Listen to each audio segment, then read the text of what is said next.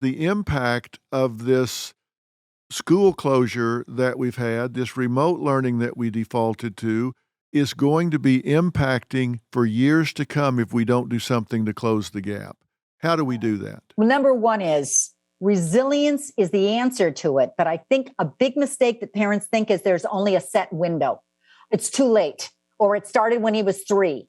It's not too late for any of us, or the entire counseling industry would go out of business. So first, we add it to the plate. And second of all, we start chunking this whole thing called resilience. When I was writing Thrivers, my goal was to look at 7 traits that are highly correlated to success. Not every kid needs all 7 of those. Can you tell us the 7? Oh, sure. It starts with confidence. Confidence is knowing your strengths. And let's help our kid focus more on their strengths as opposed to their weaknesses. 77% of the time, we try to fix the kid as opposed to help them learn where you're going with your strengths. You know, the simplest thing that Emmy Warner discovered? Many of the children who really had extreme adversity in their life had a hobby. And the hobby, I didn't make a difference. It was guitar or books or hiking. They would go to that to decompress. Dr. Phil, when I was interviewing kids and said, what's your hobby? Many of them looked at me absolutely dumbfounded. Who's got time for a hobby? So that's number one. We've got to start with that. Maybe we start being talent scouts. We walk around the house and we look at tuning into what our kids are good at as opposed to what their weaknesses are and start pointing that way. Another one would be empathy.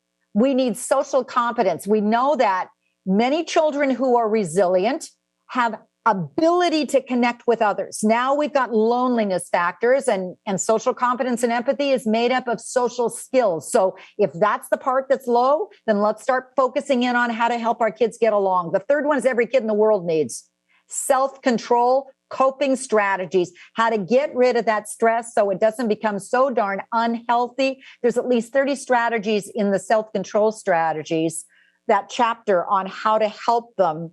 So you find one. You know, here's another thing that kids said, Dr. Phil. They said, I know you're teaching us self-control strategies, but it's not like a one-time course in a health unit. You got to give us a repertoire of stuff that we can actually do in the here and now. Then we got to practice it. Like on the show, I was teaching Kira the 1-2 breathing, which is so simple. As soon as the stress comes in, when you start identifying what your stress signs are, you take the slow, deep breath from real deep in your abdomen, like you're riding up an elevator. Keep focusing on the breath, hold it, then slowly let it out. The exhale is twice as long as the inhale. Kids said that really works, but unless you help us practice and practice and practice and practice when we're calm, it doesn't kick in. What Dr. Borba is talking about here, a 1-to-2 ratio of inhale and exhale, is not as simple as it sounds. It has to do all the way to the cellular level of the exchange of oxygen and calming yourself down. So you can hear something like that and go, oh yeah, you had some lady on there talking about breathe slow. No, she's talking about regulating yourself. It's almost meditative. It causes you to really slow down and exercise control in the face of stress, which again, as I said earlier, you observe yourself doing. And that's just one of several things that she talks about in this chapter on self-control. I said she wasn't a theoretician, that she puts verbs in her sentences. This chapter on self-control puts your child back in command of their ship.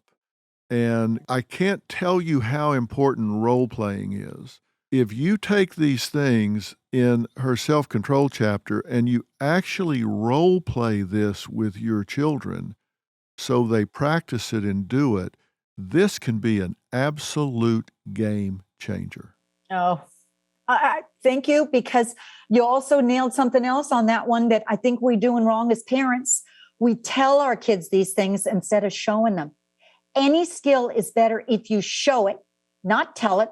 Then you do it over and over again. With little kids, go teach the teddy bear. For bigger kids, go teach someone else. For bigger kids, bigger when teens, they roll their eyes at you and I'm going, come on.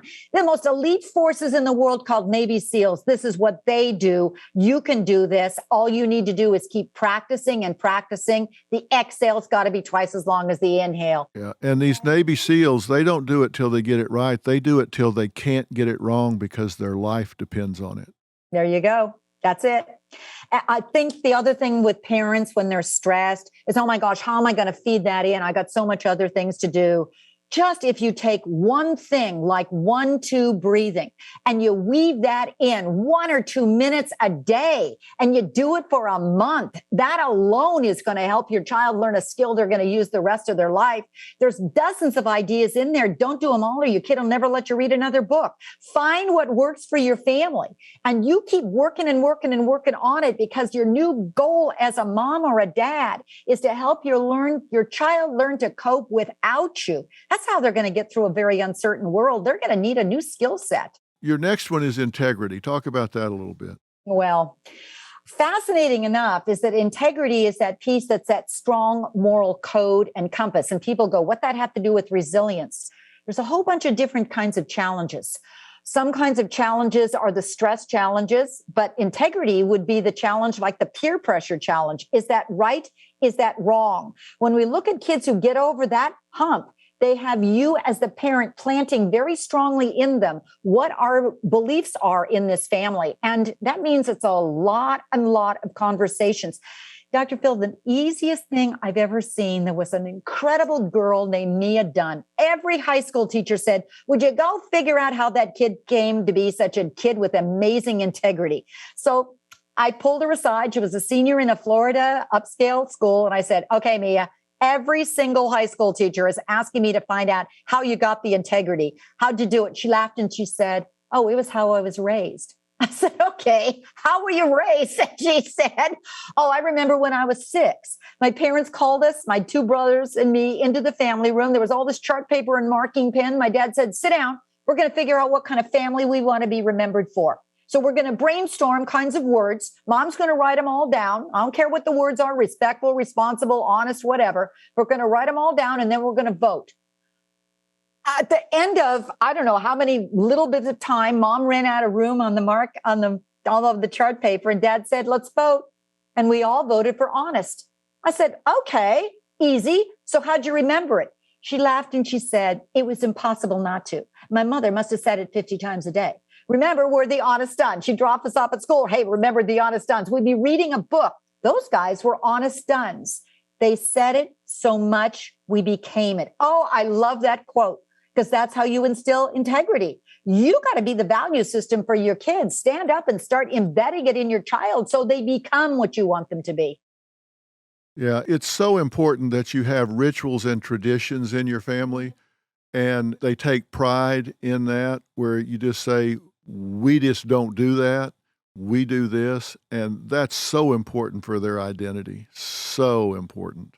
Okay, next. Curiosity. Yes, I love curiosity. That's that kid who thinks out of the box with ideas and people. The easiest one on that one, when you go, what the heck does that have to do with resilience? It's not to raise a kid who's an Albert Einstein creative child, but it's a child who realizes that when they're confronted with a problem, there's no problem so great that can't be solved.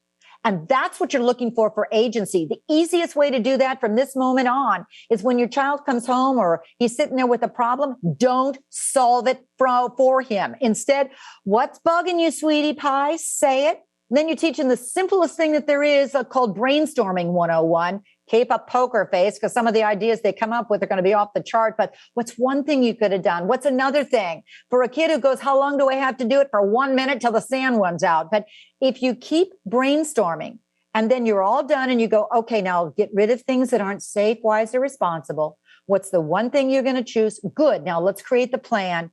What you're doing is creating agency. So when the child is faced with a real life problem, he's got it. And that's, again, what that thriver has. It's okay, Mom. I can do it myself. Oh, there's your moment to take a spa day, Mom. I got it. Yeah, that's so important. Again, that's them observing themselves, figuring something out. And even if they're off the charts with some of them, that's so important. What we were talking about before, of how we're preparing these kids in school, but it's perseverance. Yes, it's perseverance. Here's the problem, Dr. Phil, is that every parent wants the kid to persevere right this minute. And what I discovered is that of these 7 traits, you got to have that self-control in order to have the buffer, or self-confidence is really wonderful in order to help that kid persevere. In fact, the other thing I learned that was my aha moment is it isn't 1 trait or 2 traits, but you put any 2 together, they multiply the outcome. So it's like superpowers for a child. Self-control and perseverance, wonderful. Carol Dweck has got the greatest solution on perseverance. Stop praising them for the end product. What you get? Did you get the 100%? What's the grade? Instead, you make success in your house become a 4-letter word, GAIN. Yesterday you were here, sweetie. You got 33 right. Tomorrow you're going for 34. It's one step, baby step. Success is always in steps. You never win the gold medal tomorrow. You win it in little teeny increments along the way. And that's the goal on perseverance. So wonderful on the science that tells us how to help our kids hang in there and not quit. The last one you mentioned is optimism, which is so important. You're watching a group of kids who have been every day for the last 2 years turning on a TV set and seeing how many people died today. Now you've got a live feeds of a horrific war. You've got images that are really impacting our kids. And many of them say, I just feel hopeless.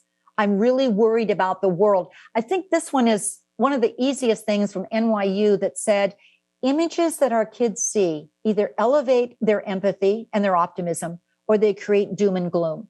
Okay, one of the easiest things you can do on that one, I think we don't do nearly enough. Look what the research says and apply it.